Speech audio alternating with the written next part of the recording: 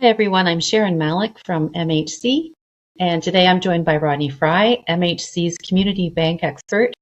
Rodney, I know you've recently attended some banking events and had face-to-face conversations with people managing communications inside community banks. So you have a fresh perspective, and I'd like to talk to you about that now. What's new, what's changing, what's top of mind for them right now? Thanks, Sharon. Yes, I have been on the road show, and what I've learned is that community banks are at a bit of of crossroads. What's happening is the larger regional and national banks are moving into smaller towns. You might see a Chase Bank where you've never seen one before, or bigger regional banks opening up right down the street.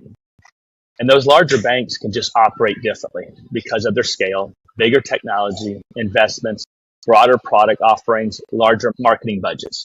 So community banks are looking at that and saying, okay, how do we compete? How do we stay relevant in our own markets? And how do we maintain that community feel that makes us different? Okay, that's interesting to hear these trends. And because they're clearly not going to be able to outscale those larger banks, obviously they have to compete differently. So when you talk about maintaining that community feel, what does that really mean day to day? What does that look like in practice? Well, it's in the name, community bank. They want to be a trusted advisor. They want to be relevant in that community and be a partner. It's personal. It's knowing your banker. It's walking in and being recognized. That relationship model is what they rely on. So if the larger banks compete on scale and product breadth, community banks compete on trust and relationship. They're not trying to be the biggest. They're trying to be the most connected. Is that fair? Exactly. That's what they rely on. It's that loyalty, that local connection. You walk in, they know you. That's their differentiator. Now, here's where it gets interesting. Many of these community banks are expanding. They're opening branches in neighboring towns, and every branch represents its own community. So now you're balancing something new. You still need centralized control, branding, compliance, operational consistency, but you don't want every branch sounding like it's coming from corporate headquarters. And that's where it starts to get complicated. And that's where they start asking, okay, how do I keep the local feel, but still run it like a growing bank? Right. And when you say run it like a growing bank, what actually changes internally? What starts to get centralized? Well, as they grow, communications naturally get centralized. Templates get standardized, compliance language gets controlled in one place. Now, you don't want every branch creating their own version of the document sent to the customer.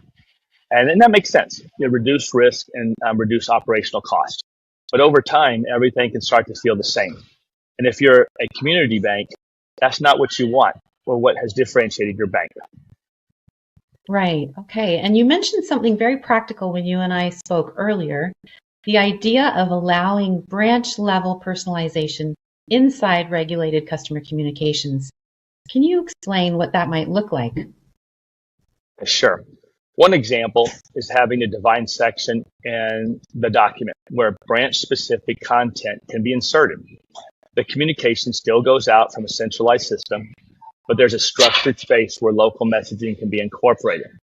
If something's happening locally, maybe a community event is coming up, that branch could reference it. But that event wouldn't apply to the branch 20 miles away. It's not hard to do, it just needs to be structured. So you're not giving up control, you're just creating this defined space on the document for local relevance, an area personalized for each community, and the content then being defined by the branch manager.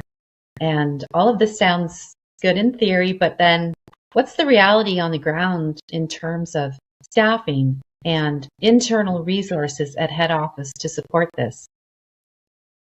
The reality for all community banks is that communication teams are very lean. Small IT staffs, sometimes almost none.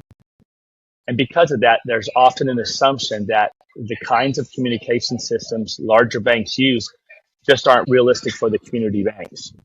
And so they either stick with the basic functionality in their core systems or they outsource their customer communications and lose some control. When community banks see they can centralize communications at the head office, stay compliant, and still allow for structured personalization without adding headcount, that changes the conversation. They don't have the luxury of hiring 5 more people just to manage communications. So when they realize they can modernize within the team they already have, that's when it starts to feel achievable. And today I know personalization isn't just about what the message says, as we've talked. It's also about how customers receive it. So maybe you can just comment on how community banks are thinking about channel expectations right now. Community bank customers are like every other customers out there. They expect options now. Some still want paper statements. Others want email. Others want SMS alerts. If you're managing print one way, email the other way, and digital somewhere else, it gets fragmented very quickly. But if you have one system producing everything, you can stay consistent. And you can personalize not just the content, but the delivery. It's another way of preserving that relationship. Okay, so this is great. And let me see if I've got this right. Let me summarize. Community banks are under real pressure from larger institutions moving into their markets. They're not going to win on scale, and they're not trying to. They compete on relationship, on familiarity, on being part of the community. But as they grow, they have to centralize operations, and that's where the tension comes in. The challenge is preserving that local voice and honoring channel preferences of customers while still running efficiently with lean teams. So it's not about becoming bigger. It's about being intentional about how communications support that relationship model. Is that a fair summary? That's a great summary of the challenges out there. That was excellent. So then if you were speaking directly to community bank leaders watching this, what would you tell them right now? I'd say don't assume these capabilities are out of your reach. You don't have to give up your local identity to modernize. There are ways to centralize, personalize, and meet customers' expectations without building a massive team and incurring high cost. You can grow and still stay true to what makes you different.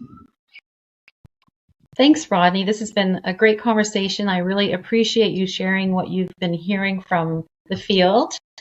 And it's been awesome talking to you. Thank you very much. And if anybody watching wants to continue this conversation, feel free to reach out to me on LinkedIn. I'm always happy to connect. Thanks again, Rodney. And thank you to everybody watching. Have a great rest of your day.